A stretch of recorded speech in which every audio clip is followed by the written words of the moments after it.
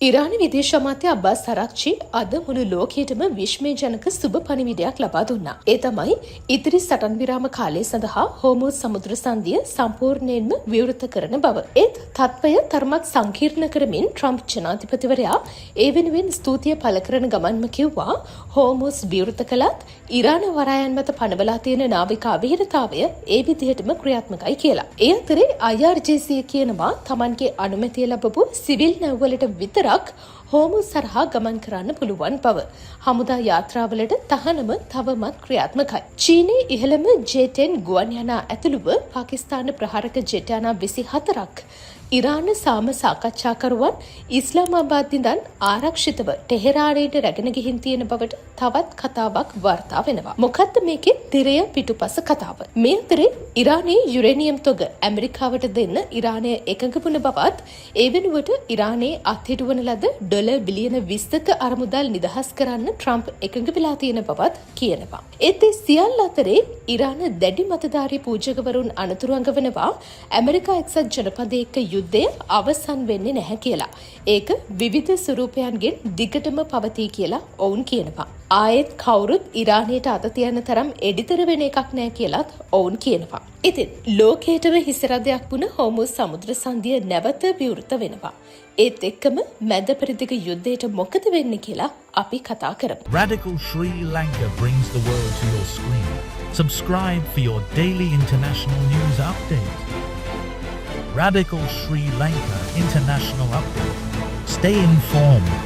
Stay global. හෝමුස් සමුද්‍ර සංදිය නැවත විවෘත කිරීම ගෝලීය නැව්ගත කිරීම සම්බන්ධයෙන් ඇත්තටම අදහස් කරන්නේ මොකද්ද? කඩදාසියක් උඩ නම් මේක ඇත්තටම ලෝකයටම සුභාරංචියක්. ඒත් යථාර්ථයේදී ඒක වඩාත් සංකීර්ණයි. ලෝකයේ ප්‍රධාන නැව් සමාගම් එක දෙයක් පැහැදිලි කරලා තියෙනවා. ඔවුන්ගේ කාර්ය මණ්ඩලයේ ආරක්ෂාව තමයි එකට එන්නේ. ඒකට තියෙන ආසන්නතම සංසන්දනය තමයි රතු මුහුදේ අර්බුදය. 2023 දෙසැම්බර් මාසයේදී හූති කැරලිකරුවන් නැව්වලට පහර දෙන්න පටන් ගත්තම යාත්‍රා සුවසැල හරහා යන මාර්ගය මගහැරියා. නැව් හෙමින් ආයමත් ඒ මාර්ගයේ යාත්‍රා කරන්න පටන් ගත්තේ ප්‍රහාර සම්පූර්ණයෙන්ම මාස ගාණක් නතර වෙලා තිබුණාට පස්සේ. හැබැයි ඒ අවස්ථාවේ විකල්ප මාර්ගයක් තිබ්බා. ඒත් හෝමුස් සමුද්‍ර සංදියට විකල්පයක් නැහැ. පර්සියානු ගල්ෆ් කලාපයේ ඉඳන් ලෝකයට තෙල් සහ ගෑස් අරගෙන යන්න ඕන නම් මේ තමයි එකම මාර්ගය. ඒ පීඩනය, ඒ ආර්ථික අවශ්‍යතාවය කියන්නේ නැවත එන්න තියෙන පෙළඹවීම ඉතාමත් වැඩි බව. ඒත් නාවිකයින් 10 දෙනෙක් දැනටමත් මිය ගිහින්. එක්සත් ජනපද නාවික අවහිරයක් තවමත් ක්‍රියාත්මකයි. ඒ නිසා දැවැන්ත යාත්‍රා ඉක්මන් නොවි තවමත් ඉවසීමෙන් බලාගෙන ඉන්නවා. ඉරාන විදේශ අමාත්‍ය අබ්බාස් අරක්චි හෝමුස් නැවත විවෘත වුණ බව නිවේදනය කරද්දී වෙළඳපොළවල් ඒකට ක්ෂණිකව ප්‍රතිචාර දක්වනවා. තෙල් මිල 11%කට වඩා පහත වැටුණා. බ්‍රෙන්ට් බොරතෙල් බැරලයක් ඩොලර් 86.39 දක්වාත් ඇමරිකානු WTI බොරතෙල් බැරලයක් ඩොලර් 81.30 දක්වාත් පහත වැටුණා. ඒ එක්කම කොටස් වෙළඳපොළවල් ඉහළ ගියා. ආයෝජකින් මේ නිවේදනය දැක්කේ මැද පෙරදිග ගැටුම එහි අවසානයට ළඟා කරන ලකුණක් විදිහට.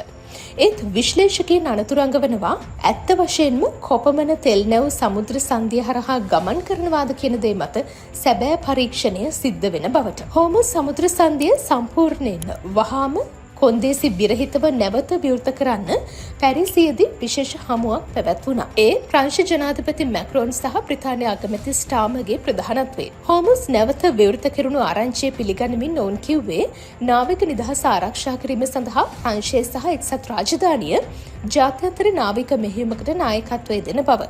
ලබන සතියේ ලන්ඩනයේදී ඒ වෙනුවෙන් සැලසුම් සමුළුවක් පවත්වන්නත් නියමිතයි. මේ අතරේ හෝමුස් නැවත විවෘත වුණත් මුහුදු බිම්බෝම්බ අවදානම තාමත් එහෙමමයි.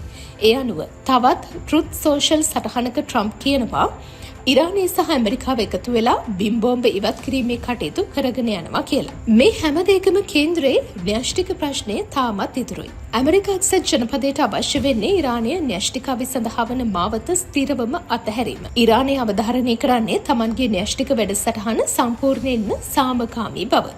පහුගිය සතියන්තයේ ඉස්ලාමාබාද් වල පැවති සාකච්ඡාවලදී එක්සත් ජනපදය ඉරාන න්‍යෂ්ටික ක්‍රියාකාරකම් වසර 20කට අත්හිටුවන්න යෝජනා කළා.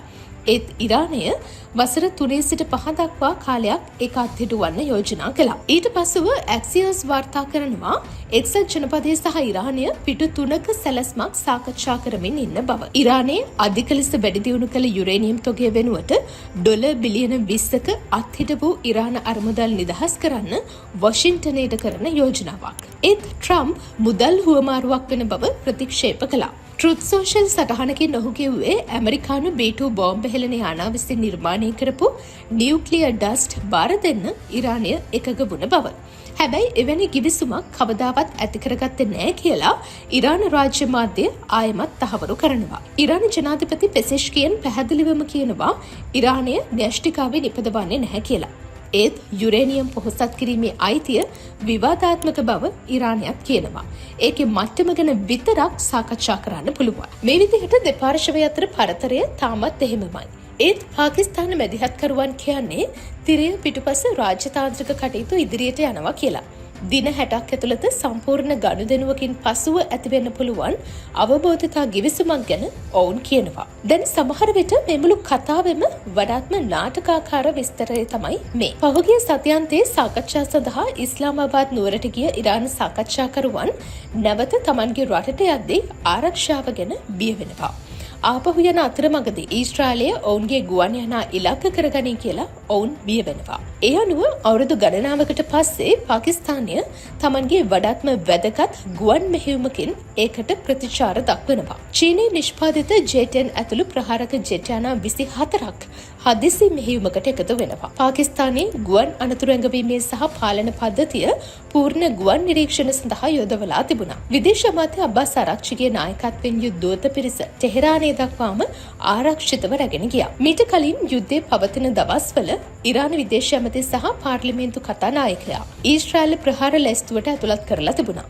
ඉරානයේ ඉහළම සාකච්ඡාකරුවන් ඉවත් කළොත් කිසිසේත්ම සාම සාකච්ඡා නැති වෙන නිසා ඔවුන්ගේ නම් ප්‍රහාරක ලැයිස්තුවෙන් ඉවත් කරන්නත් පාකිස්තානයම තමයි වොෂින්ටන් එක්ක සම්බන්ධ වෙලා පියවර ගත්තේ.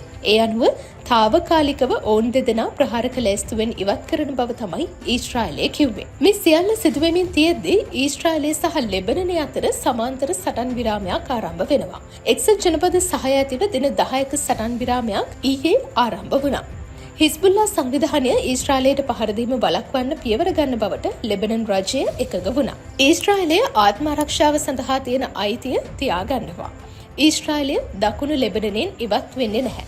ඔවුන් ලෙබනනය ඇතුළේ කිලෝමීටර 10ක ස්වාරක්ෂක කලාපයක් අල්ලගෙන ඉන්නවා. ඒ කියන්නේ ලෙබනනයේ භූමියෙන් 8% විතර වගේ. ඊශ්‍රායලය අත්පත් කරගත්ත හැම භූමියක්ම ඒ විදිහටම පවතී සහ හිස්බුල්ලා භාවිත කළ බව කියන නිවාස කඩා දැමීම දිගටම කරගෙන යන බවත් ආරක්ෂක අමාත්‍ය ඊශ්‍රායල් කැට්ස් තහවුරු කළා. කොහොම වුණත් ට්‍රම්ප් නම් කිව්වේ ඊශ්‍රායලය තවදුරටත් ලෙබනනයට බෝම්බ හෙළන එකක් නැහැ කියලා. අවසානයේ හෝමුස් සමුද්‍ර සංධිය නැවත විවෘතයි. ඒත් නාවික අවහිරය තවමත් ක්‍රියාත්මකයි. සටන් විරාමයේ තිබුණත් ආයුධත් සූදානමින්. න්‍යෂ්ටික කිවිසුමක් ආසන්න වුණත් දෙපාර්ශ්වයම තාමත් ඒකේ හැම වචනයක් සම්බන්ධයෙන්ම තර්ක කරමින් ඉන්නවා. මැදපෙරදිග මේ වගේ අවස්ථා ගොඩක් මීට කලින් දැකලා තියෙනවා. ඒ කියන්නේ සාමයක් වගේ පෙනුනත් ඇත්තටම එහෙම නොවන අවස්ථා. මැදපෙරදිග කියන්නේ රාජ්‍යතාන්ත්‍රික භාවය සහ භයානකකම හැම දවසකම එකට ගමන් කරන තැන. ඉතින් කතාව අවසන් නැහැ. අඩුතරමේ අවසානයේට ළඟා වෙලාවත් නැහැ. ලෝකයට තාම මේ යුද්ධයේ සාමය අත්විඳින්න බෑ. ඒ කොහොම වුණත් මේ මොහොතේ පවා වොෂින්ටනය, ටෙහෙරාන් සහ ඉස්ලාමාබාද් අතර කොතැන හෝ තැනක මිලියන සංඛ්‍යාත ජනතාවගේ අනාගතය තීරණය වෙමින් තියනවා වෙන්න පුළුවන්. ඒ ගැන දැනගන්න රැඩිකල් ශ්‍රී ලංකා එක දිගටම රැඳිලා ඉන්න. මේ වගේ ලෝකයේ පුරා උණුසුම් පුවත් දැනගන්න රැඩිකල් ශ්‍රී ලංකා YouTube channel එක දැන්ම subscribe කරන්න. අලුත්ම news ඉක්මනින්ම දැනගන්න bell icon එකත් click කරන්න. තවත් අයට බලන්න වීඩියෝ එක share කරන්න. ඒ වගේම ඔයාලා දැනගන්න කැමති තවත් දේවල් ගැන වගේම ඔයාලගේ අදහස් comment කරන්නත් අමතක කරන්න එපා.